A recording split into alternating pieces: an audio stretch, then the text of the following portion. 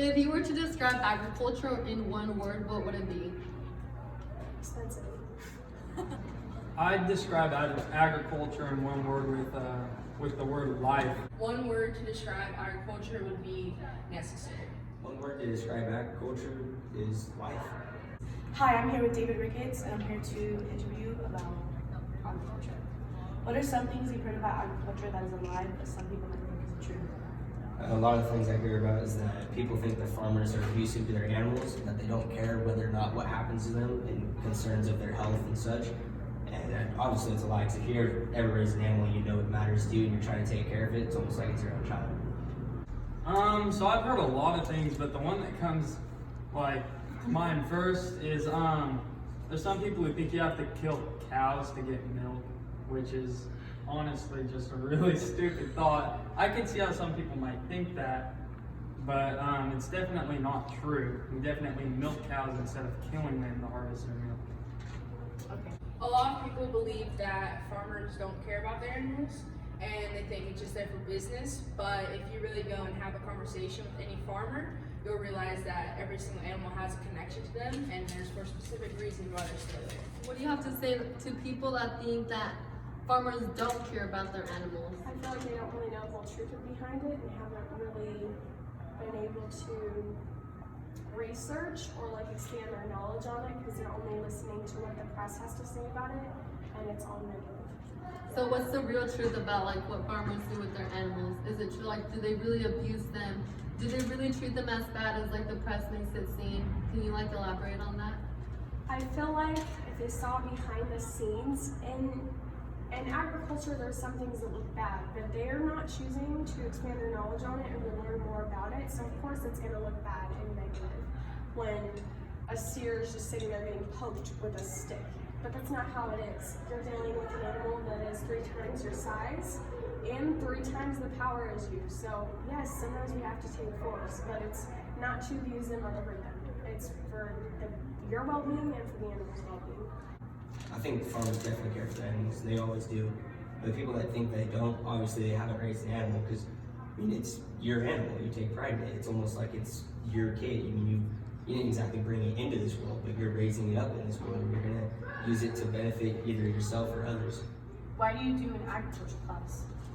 I do an agriculture class because it's a part of my life. I've grown up around here in an agricultural community out in a rural area, and I have cows and sheep, and yeah, it's a class that can help me learn about what I do. I'm really into the hands-on aspect of farming and such, and I've always enjoyed going out and working in manual labor, and you gotta have farming if you want to live. Most society doesn't ever realize that, but it's the truth. I decided to take an agriculture class because it's more of what I want to do in my future, and it's just a lot of people now, like a lot of farmers, like a lot of people aren't going to be farmers, so there's going to be less in the future, and it's better for more of us to know this information. What do you have to say to people that think there's no future in agriculture? I feel like they don't really understand the process and the aspects of what goes into agriculture in today's world and how much we actually contribute to today's society.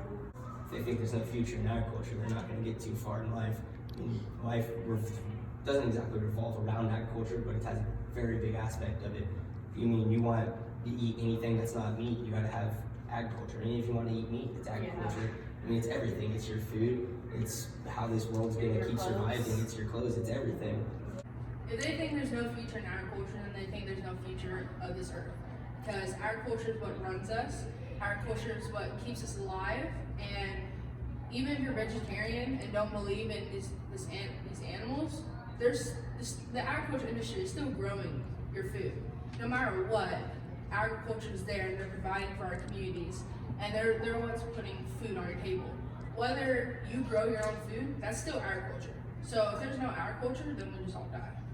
So what do you do at fair and what goes into it, like your time, money, emotions, anything that goes into fair?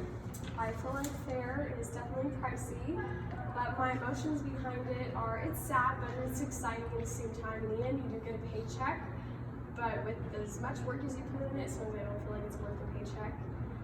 And it takes hard work and dedication.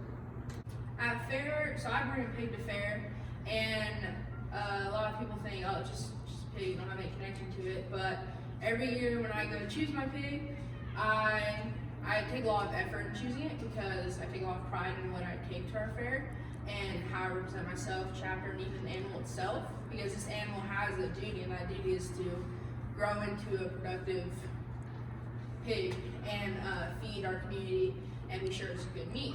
So when I choose this pig, I make sure it's a healthy, sound pig, and then I'm not looking at it just as a piece of meat. This is my product, this is my project, and it's my animal. So I'm down in the pen spending hours a day with it. I'm socializing, I'm working with it, scratching it. If you guys walk into a barn at any fair and you ask them, well, what's this pig's name? They're not gonna say it's just pig. They're gonna say, oh, it's whatever it is, and there's gonna be a story behind that name. And when you ask them what's your favorite part about this pig, they're gonna say something about, when I scratch him on his right ear, he falls over. It's not gonna be, I love how his hands are so big. It's always something personal. And that's the thing that a lot of people miss. They don't realize that we have a heart as well, and what we're doing is we're trying to be the best we can be for our animals. And it's really important that they're healthy and they're just happy as we are. Well, raising an animal takes a lot. You gotta have the time for it. You gotta have the care for it. You have to know when to feed it. You can't really forget about that because if you don't feed it, then obviously it's gonna die, and that's not taking care of your animal. I mean, most people really don't forget to take care of their animals though. And you gotta put money into it too. And then if you raise it and you're trying to sell it, you're gonna get the money back. Everything else that goes into it, it's all caring for it, which comes out of your time. But you're gonna be happy when you're doing that because when you take care of your animal, you're taking pride in it because it's your animal, and the way that it looks is gonna reflect on you and your reputation. Explain what an organic farmer is and explain a conventional farmer. An organic farmer doesn't use any pesticides or fertilizers or any of that. So they just let their crops grow naturally and then they harvest them from there. But conventional farmers will give their crops some fertilizers, that way they can grow bigger and faster and they can produce more, and pesticides to keep them from getting more diseases. An organic farmer is more of a smaller, or it tends to be a smaller farmer, and they're more focused on their product, making sure it's really healthy, making sure everything's done like extremely correct. And I'm not saying commercial farmers don't do that, but it's a lot more Like bigger industries, stuff like yeah, that. it's a lot more. It's easier to miss that when you're a commercial farmer. And commercial farmers tend to be huge operations, and it may be a farmer. That farmer may be bought out from someone else and be following their rules. Exactly. So it's pretty much independent versus business. Conventional farmers are more towards the factory aspect of it, and they try to do mass production as cheap as possible and get as much profit. An organic farmer cares more about what he's doing to the economy and what he's doing to basically the earth itself, and he does everything the best he can with the best products, and money's not really one of his main concerns, but he still has to keep it in his head so he knows what's going on. Today we're here with Laura and we're going to be asking her a couple of questions about agriculture. Have you seen any animals in the ag industry being abused, like on social media, magazines, the TV, like anywhere? Yes. Would you like to elaborate on that? I've seen them on the commercials, and PETA obviously does a good job about promoting that, so yeah. What do you see on PETA? That the animals are getting abused a lot throughout the world. Do you follow PETA on your social media? No, I don't. Why don't you follow them? I don't know, to be honest. I just kind of see people share it, but I'm like, I'm not gonna follow them. Do you believe everything that PETA says? Like, do you believe what they post? Sometimes I don't really do my research, so. Alright, okay. If you were to describe agriculture in one word, what would it be? Green. Okay, we're going to be asking her some questions about the ag industry. Have you seen any animals being abused in the ag industry? Yes, I have. What have you seen? I've seen it a lot on social media. A lot of like cows, baby cows getting, hurt and damaged by the workers. I don't know, companies, industries, but they've been getting hurt. And yeah. What do you see? Like, what do the farmers or It's whatever normally they do? it's normally more of like you know, they try to push them into like somewhere where they don't want to be, or like, you know, like kind of just like whip them, and it's, you know, it's animal abuse is animal abuse. Do you believe all that? Do you believe everything you see on social media? I want to say no, but you know, the videos, the pigs and the cows are like, oh my god, they're recording, I'm gonna act. Like, no, you know, like it's gonna be a straight up video, and then I'm gonna say have a brain of beef. If you were to describe agriculture in one word, what would that word be? Production.